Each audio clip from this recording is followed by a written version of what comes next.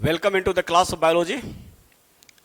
I am Anil Kumar Singh, and in the today class we are going to discuss sexual reproduction in flowering plant.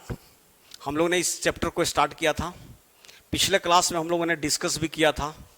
Specially हम लोग discuss किए थे microsporangium के बारे में. हम लोग इस बात कर रहे थे, तो हम लोग उस समय डिस्कस कर रहे थे स्पेशली रिगार्डिंग स्टमेन. हमारा जो डिस्कशन का टॉपिक था प्री फर्टिलाइजेशन स्ट्रक्चर्स के बारे में हम लोग डिस्कस कर रहे थे. तो हम लोग डिस्कस कर रहे थे स्टमन. उसके बाद हमें डिस्कस करना था माइक्रोस्पोरेंजियम,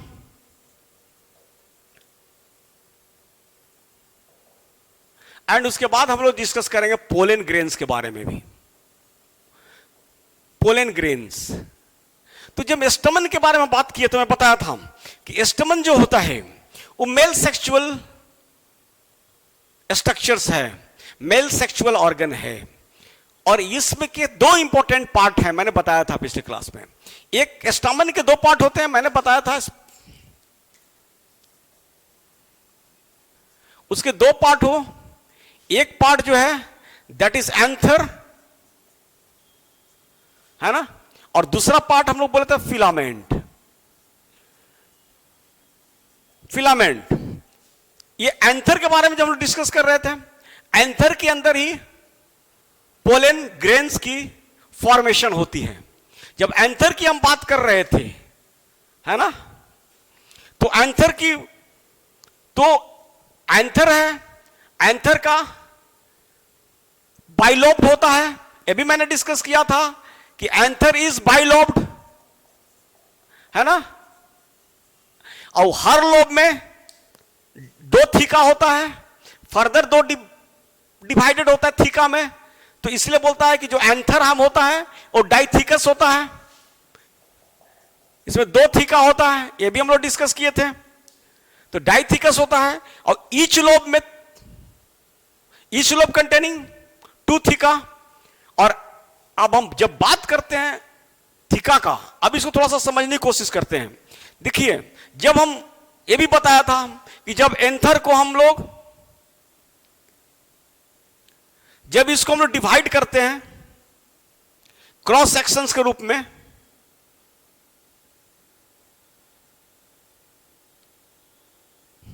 क्रॉस सेक्शनली जब डिवाइड करते हैं,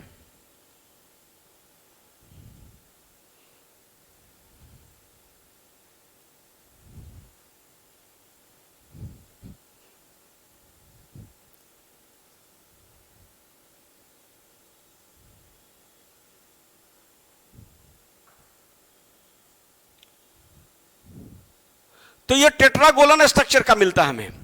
टेट्रागोनल स्ट्रक्चर मिलता है. एंथर हमें टेट्रागोनल स्ट्रक्चर मिलता है, इस तरह का टेट्रागोनल. इसके कॉर्नर में यहां पे ये एंथर है. देखिए, एक लोब लेफ्ट में, एक लोब राइट में. आप समझिए इस तरह से. ये 4 लॉब्ड होते हैं इसमें. एंथर में 4 लॉब्ड स्ट्रक्चर है.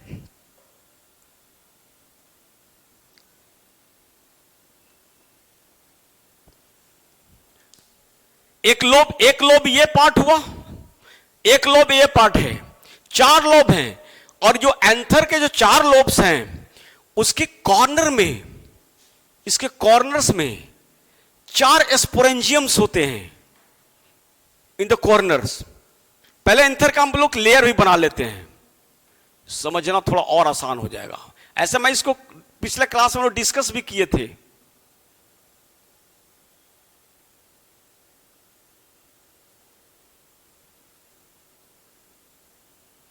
लास्ट क्लास में हम लोगों ने इसको डिस्कस किया था.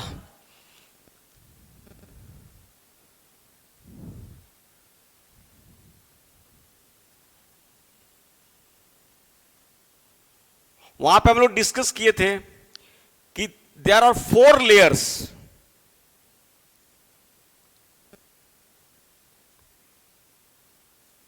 There are 4 layers. देखिए, एंथर का जब हम क्रॉस सेक्शन ऊपर से काटते हैं तो 4 टेट्रागोनल स्ट्रक्चर हम मिलता है.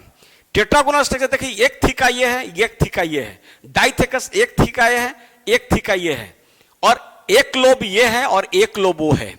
यहां से यहां पर फिलामेंट्स आगे निकला हुआ रहता। ये कनेक्ट, इसको बोलते हैं कनेक्टिव्स।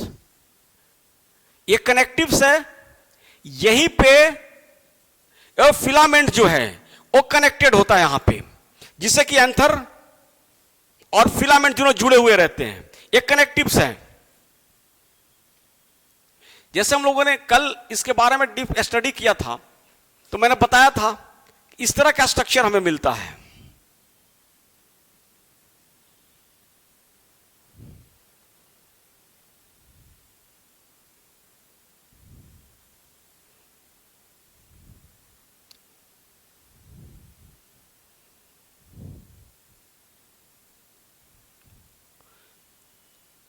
इस तरह का स्ट्रक्चर हमें मिलता है।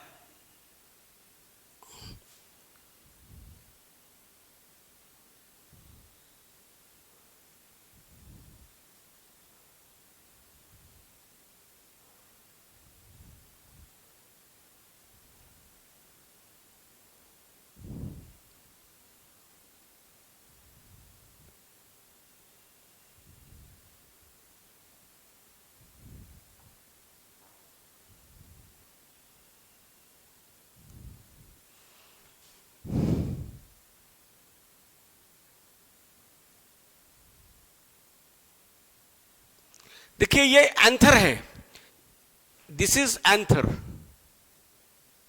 और दिस इज फिलामेंट। ये दो लोब हैं, ए और ये। एक लोब ये है, एक लोब ये है, और ये दोनों थीका है। थीका, ये दो lobe is further divided into theca. ये थीका है। इसी क्रॉस सेक्शन को ऊपर से हमने इस तरह से दिखाया हुआ है ना। एक ये थीका, एक ये थीका, एक ये थीका, एक ये थीका, इस, और ये स्पोरेंजियम है जो कॉर्नर में है।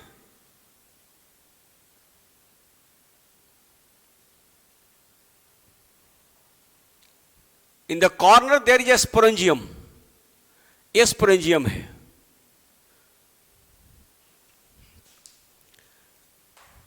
कॉर्नर में इज ए स्पोरेंजियम। अब इसकी जब लेयर की बात करते हैं, कल मैं बताया हुआ, ये जो आउटर लेयर है इसको हम इपिडर्मिस बोलते हैं। Outer layer is called epidermis. उसके अंदर का जो लेयर है, सेकेंड लेयर, सेकेंड वाला जो लेयर है उसको हम इंडोथीसियम बोलते हैं। It is called endothecium. ये जो लेयर है it is called middle layer. Middle layer. और ये जो लेयर है सबसे अंदर वाला, इसको बोलते हैं हम लोग टैपेटम। टैपेटम। तो एंथर के 4 लेयर हुआ है ना। सबसे इनर लेयर टैपेटम, उसके फिर बाहर, उसके जस्ट बाहरी लेयर को मिडिल लेयर, उसके बाहर का इंडोथीसियम, और सबसे बाहर का लेयर इपिडर्मिस। बाहर से अगर अंदर की तरफ जाएंगे, epidermis, then endothecium, then middle layer, then tapetum. इसके अंदर में होते स्पोरोजीनस टिश्यू। इसके अंदर में क्या मिलता है हमें? स्पोरोजीनस टिश्यू मिलते हैं। इसके बारे में भी आगे हम लोग बताएंगे, इसका बहुत इंपॉर्टेंट यूज है। और ये जो स्ट्रक्चर है इसका, it is called sporangium. Sporangium. अब हम लोग ने स्पोरेंजियम का स्ट्रक्चर देख लिया। कितने स्पोरेंजियम होंगे एक एंथर में? 4 स्पोरेंजियम होंगे। 4 स्पोरेंजियम होंगे, है ना। और स्पोरेंजियम के एंथर के लेयर भी हम लोग देखें, एंथर में 4 लेयर होते हैं। स्पोरेंजियम के जस्ट जो बाहर का लेयर है उसको हम बोलते हैं टैपेटम। अब इसको थोड़ा सा और आगे इसको बारे में देखते हैं कि सब लेयर का क्या रोल है ना। देखिए जो बाहरी का 3 लेयर हैं, जैसे इपिडर्मिस, हम कह सकते हैं, लिख लेते हैं कि एंथर हैज 4 लेयर, है ना। Outer most layer is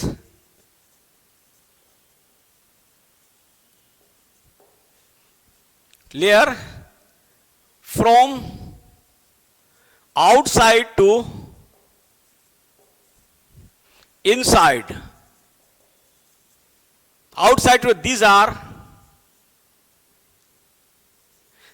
are epidermis, endothelium, middle layer, and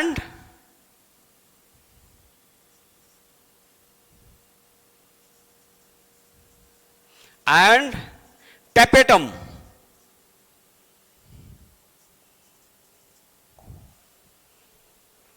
हमने दिखा anther has 4 layer from outside to inside. These are epidermis, endothecium, middle layer and tapetum. 4 layer होते हैं. First three layer helps in protection,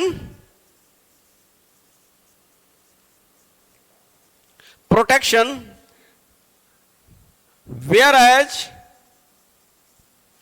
tapetum protection and dehiscence. इसका मतलब है कि पहला जो 3 लेयर है, पहला 3 layer epidermis, endothecium and middle layer. First 3 layer help in protection, protect करता है अंदर में जो पोलन ग्रेन जो डेवलप कर रहा है उसको प्रोटेक्ट करता है. और डेहिसेंस में, डेहिसेंस मतलब वहां से जब, डेहिसेंस का मतलब क्या होता है? Release of pollen grain, release of pollen grain from the anther या from pollen sac. देखिए पहला जो 3 लेयर है एपिडर्मिस, एंडोथीसियम, मिडिल लेयर, ये तो हेल्प किया प्रोटेक्शन में एंड डेहिसेंस में. Release of pollen grain from pollen grain का जो पोलन सैक से जो रिलीज होता है उसमें हेल्प करता है. डेहिसेंस, जिस प्रोसेस को हम डेहिसेंस बोलते हैं, जब पोलन ग्रेन मैच्योर हो जाता है तो वो पोलन सैक से रिलीज होता है, उस प्रोसेस को हम डेहिसेंस बोलते हैं. ये क्या होता है कि वो लेयर फटता है, पोलन सैक ब्रेक करता है. जब पोलन सैक ब्रेक करता है तो उससे पोलन ग्रेन रिलीज होता है ना. और जो रिलीज होने का प्रोसेस को डेहिसेंस बोलते हैं. तो पहला 3 लेयर का ही काम है, प्रोटेक्शन एंड डेहिसेंस. वेयरएज उसके बाद लिखिएगा tapetum, whereas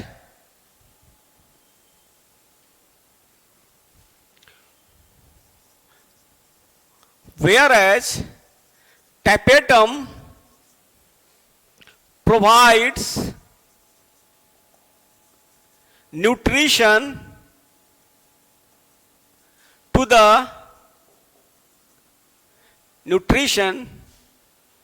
the developing pollen grain. Pollen grain जो डेवलप कर रहा है उसको न्यूट्रिशन देता है टेपेटम. टेपेटम जो है उसको न्यूट्रिशन देता है.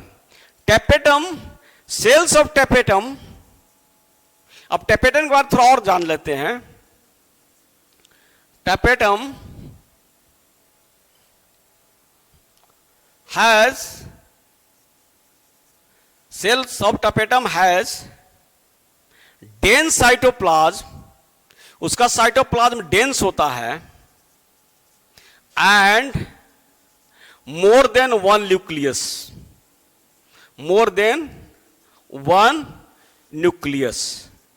टैपेटम का जो सेल होता है उसमें डेंस साइटोप्लाज्म होता है और उसमें मोर देन 1 न्यूक्लियस होते हैं, है कि नहीं.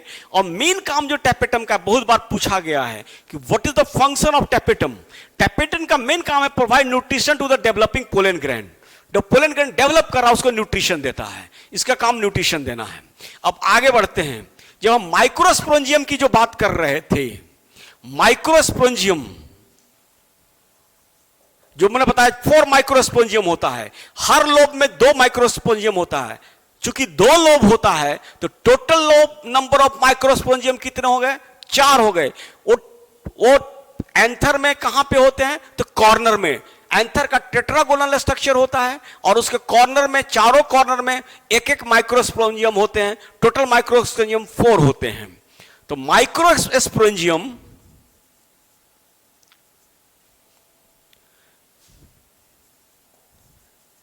डेवलप्स इनटू, यही माइक्रोस्पोरेंजियम क्या फॉर्म करते हैं? पोलन सैक्स। ये माइक्रोस्पोरेंजियम डेवलप्स होते हैं पोलन सैक में। तो अगर माइक्रोस्पोरेंजियम 4 है और इस माइक्रोस्पोरेंजियम से क्या बनता है? तो पोलन सैक बोलता है। तो अगर माइक्रोस्पोरेंजियम की संख्या 4 है तो पोलन सैक भी 4 होंगे। तो आपसे पूछा जाए कि एक एंथर में, फ्लावरिंग प्लांट के एक एंथर में कितने पोलन सैक होते हैं? तो 4 पोलन सैक होते हैं। और सभी पोलन सैक्स में क्या होते हैं? फॉर्म होते हैं, तो पोलन ग्रेन्स फॉर्म होते हैं, है ना। पोलन सैक्स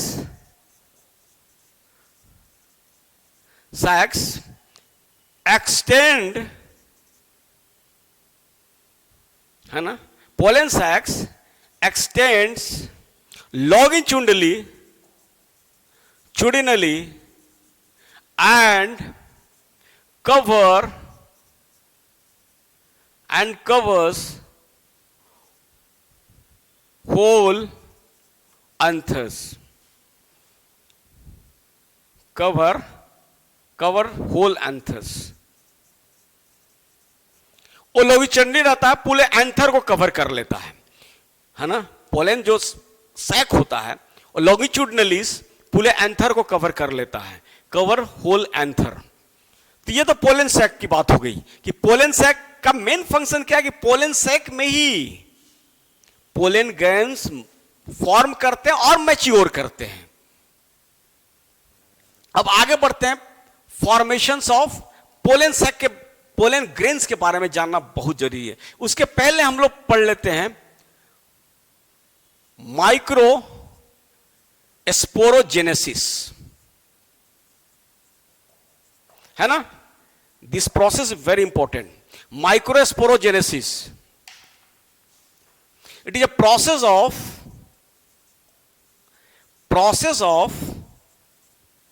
formation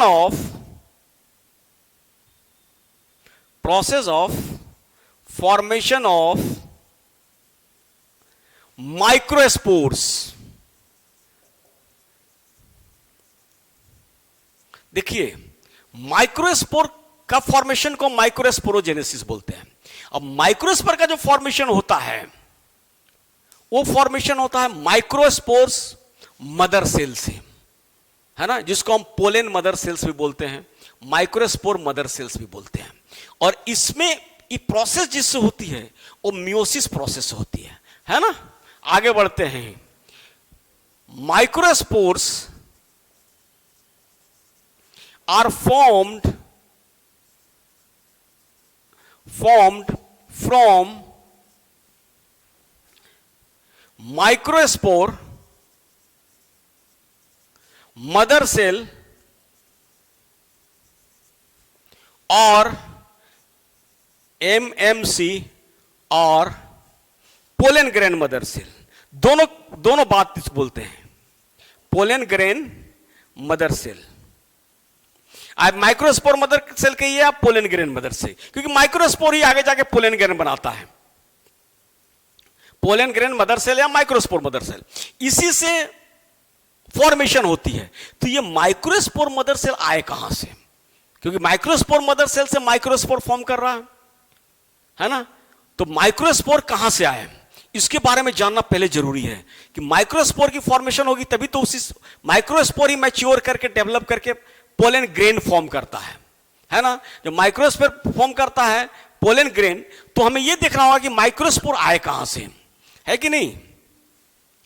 तो जो हम स्पोरोजिनस सेल्स की बात जो कर रहे थे, in the centre of microsporangium,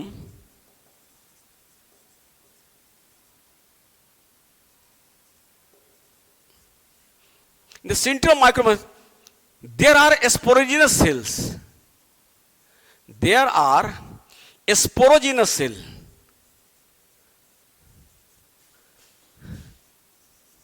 है ना? Each sporogenous tissue, है ना? Each cell of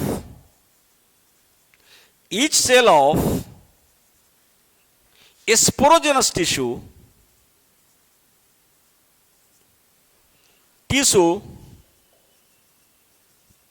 है ना, capable to form microspores or potential to become microspore mother cell.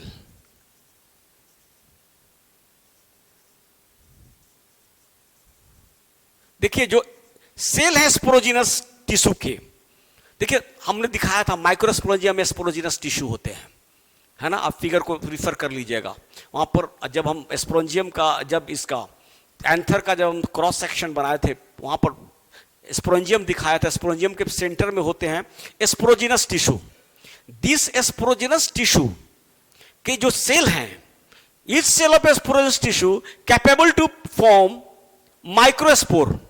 यही सेल में क्या होता है, माइक्रोस्पोर फॉर्म करने की कैपेबिलिटी होती है, और potential to become microspore mother cell, और यही cell microspore mother cell form करते हैं, बन जाते हैं, है ना? Microspore mother cell sporogenous tissue के ही सेल हैं, है ना, जो माइक्रोस्पोर मदर सेल बने, और यही माइक्रोस्पोर मदर सेल से फॉर्म करता है माइक्रोस्पोर्स, और उस प्रोसेस को बोलते हैं माइक्रोस्पोरोजेनेसिस। देखिए अब माइक्रोस्पोर मदर सेल जो है,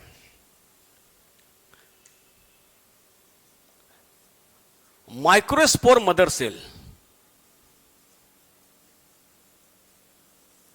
इसमें हुआ मियोसिस। माइक्रोस्पोर मदर सेल में मियोसिस होगा, ये डिप्लॉयड है, इसका प्लॉयडी है 2n। जब इसमें मियोसिस होगी तो माइक्रोस्पोर मदर सेल से बन जाएंगे माइक्रोस्पोर टेट्राड।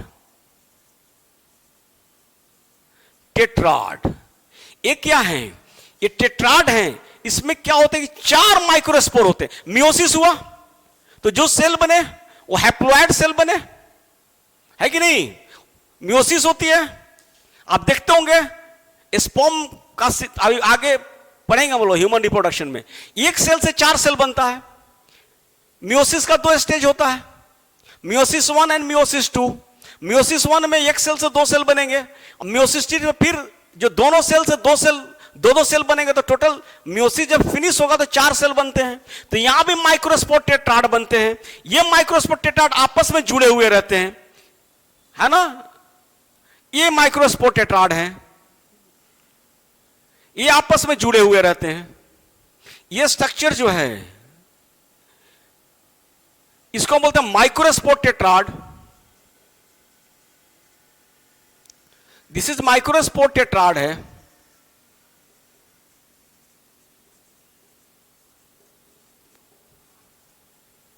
इसका टेट्राड नाम इसलिए पड़ा, this is microspore tetrad.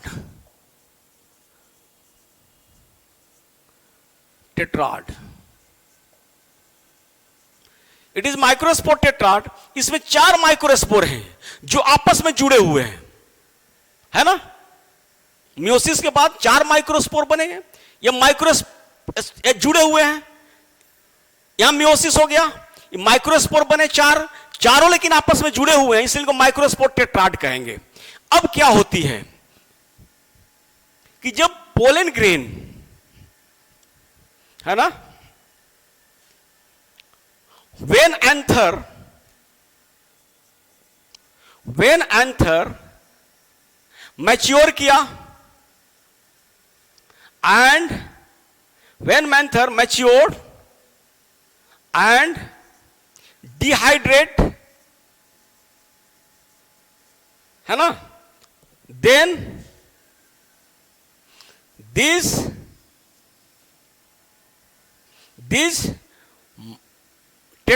these microspores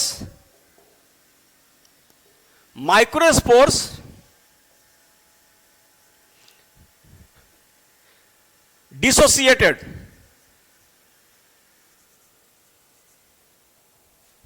and form 4 microspores. जब एंथर मैच्योर किया और डिहाइड्रेट किया तो माइक्रोस्पोर क्या है, और डिसोसिएट कर गए। अब डिसोसिएट करके 4 माइक्रोस्पोर, टेट्राड से माइक्रोस्पोर इंडिविजुअल हो गए, है कि नहीं।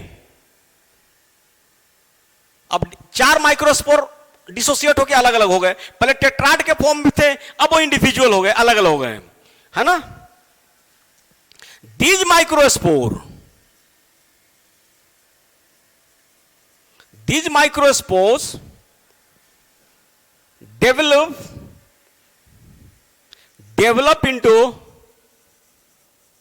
develops into pollen grain। देखिए क्या है कि यही माइक्रोस्पोर बाद में बना रहा है पोलन ग्रेन, वही डेवलप कर रहा है पोलन ग्रेन के रूप में। तो हम लोगों ने देख लिया माइक्रोस्पोरोजेनेसिस से पहले क्या बना, माइक्रोस्पोर बने, माइक्रोस्पोर टेट्राड बना, माइक्रोस्पोर टेट्राड फिर सेपरेट होगा तो माइक्रोस्पोर बन गए, इंडिविजुअली सेपरेट हो गए, और ये माइक्रोस्पोर फिर डेवलप हुआ और इसी माइक्रोस्कोप से फॉर्म किया pollen grain, and pollen grain को हम बोलते हैं male gametophyte. This is called male gametophyte, याद रखिएगा, which carry male gamete। pollen grain is a male gametophyte। अब नेक्स्ट क्लास में हम लोग थोड़ा डिस्कस करेंगे पोलन ग्रेन के स्ट्रक्चर के बारे में। Thanks a lot for your listening, thank you.